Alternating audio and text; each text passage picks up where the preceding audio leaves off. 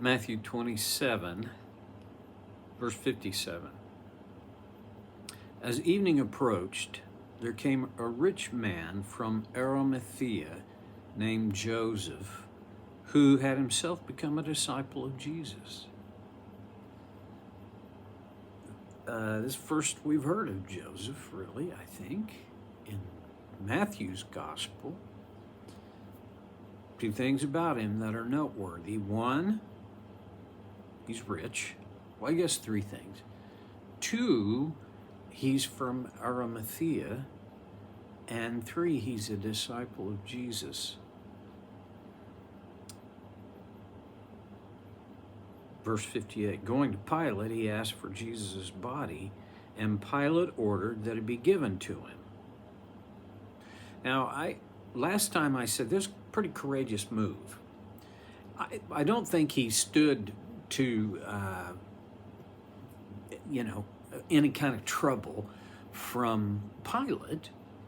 I mean, I think Pilate would be, glad somebody else is going to take care of this corpse. Where the danger came, in my opinion, is with the Pharisees and Jewish leaders, the chief priest and the high priest, who had condemned Jesus to death. One of the things I draw from this is that Joseph was no longer interested in image. Had he been interested in image, he wouldn't have done this kind of a public act. I don't know how he would have done it. Had somebody else do it for him, I don't know. But there's no way that the Pharisees and the teachers of the law and the scribes and the chief priests and the high priests, all those people who had condemned Jesus to death, would have not noticed Joseph taking Jesus' body for burial. In verse 59, Jesus took the body, wrapped it in a clean linen cloth, and placed it in his own new tomb that he had cut out of the rock. Other of the gospel writers include the fact that along with Joseph, Nicodemus came, and they carried 75 pounds of spices to wrap Jesus' body, which was the custom for Jewish burial. And I mean, it makes sense. A decomposing body is horribly offensive to smell. And so these aromatic spices would have maybe kind of mitigated the smell. All right, Joseph had, I don't know how recently, but he had a tomb that he had cut from the rock. I think he had that done. I don't think he was out there laboring with the chisel and shovel. He took Jesus' body, placed it in his own tomb, and then the rest of verse 60, he rolled a big stone in front of the entrance to the tomb and went away. Mary Magdalene and the other Mary were sitting there opposite the tomb. They knew where it was. They had seen what Joseph did, that he had wrapped Jesus, the corpse, in this clean linen and had a huge stone rolled over the mouth of this tomb cut out of the rock. They knew where it was. They'd seen what Joseph had done. Verse 62, the next day, the one after preparation day, so this would have been Saturday, the Sabbath, the chief priests and the Pharisees went to Pilate. There were strict rules for how far you could walk on the Sabbath day. And don't think for a minute that the Pharisees and the chief priests hadn't calculated that they could get to Pilate and back to wherever their home was and not violate the Sabbath law. It was interesting, anyway, to me, that they went to Pilate, a Gentile, and I don't think they would have gone into his abode. That would have made them unclean for one of the most important Sabbaths of the year, Passover Sabbath.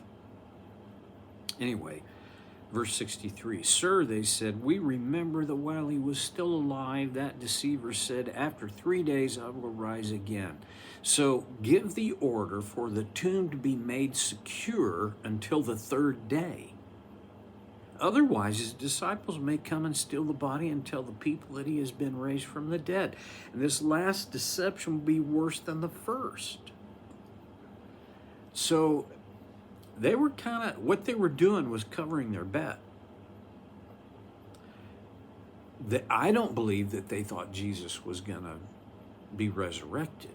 I think their thought was his disciples could pull this body snatching thing off, and then they'll make a big deal out of it. And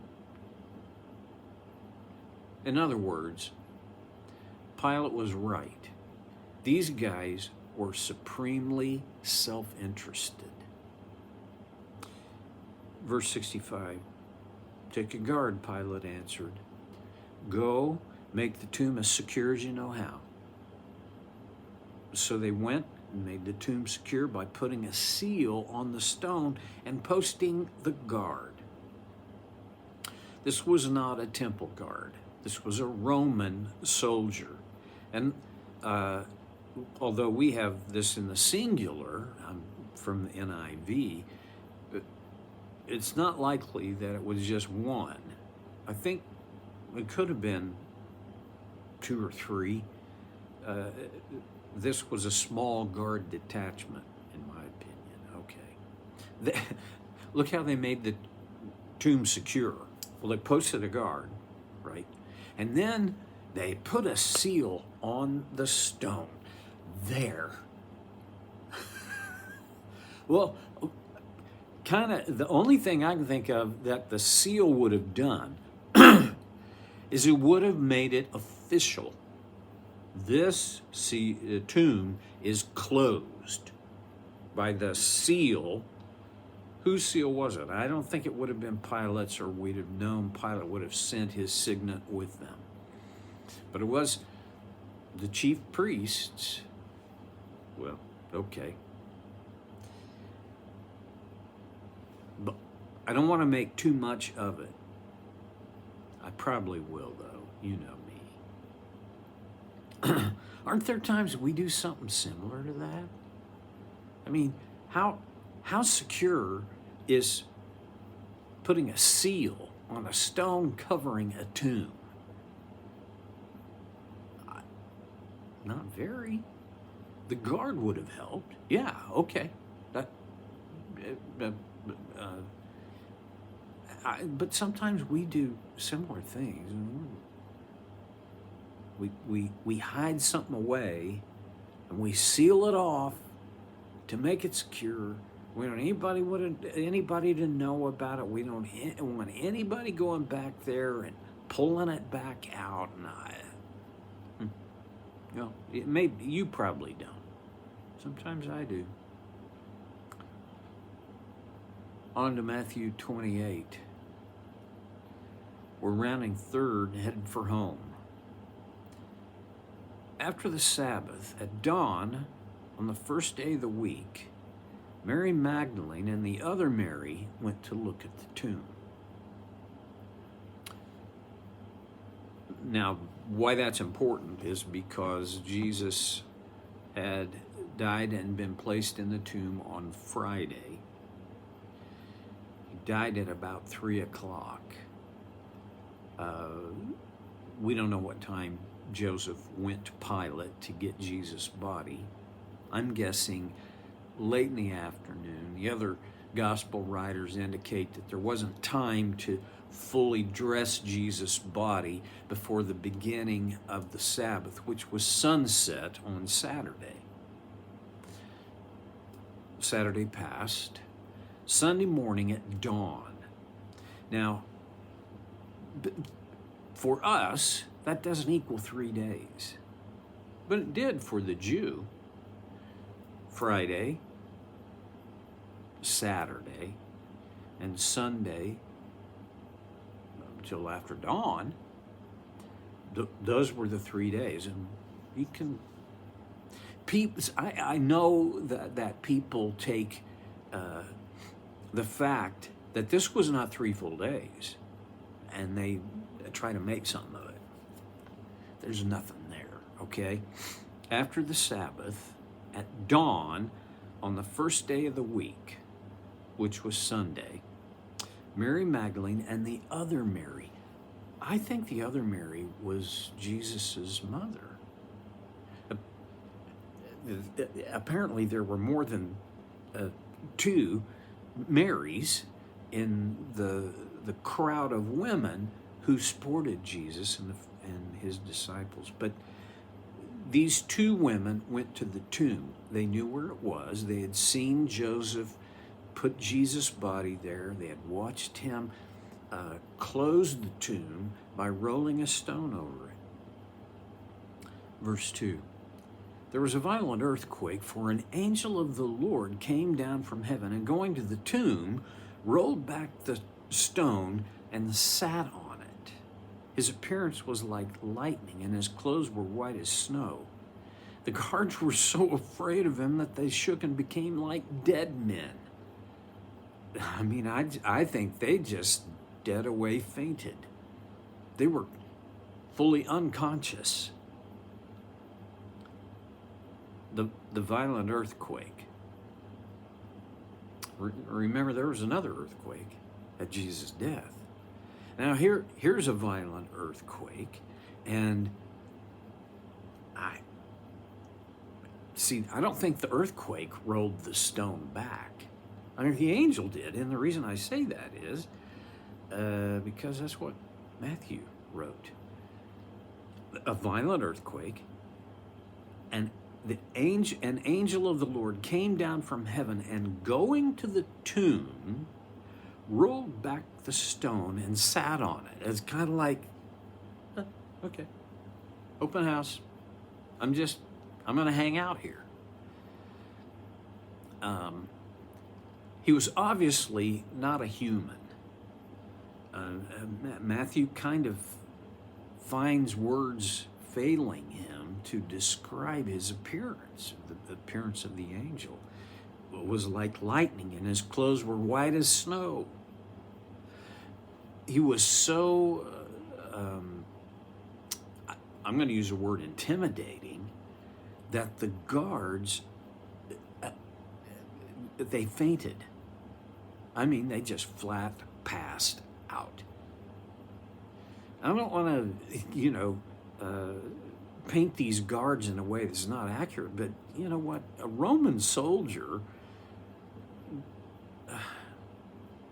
okay, they were so frightened, they passed out.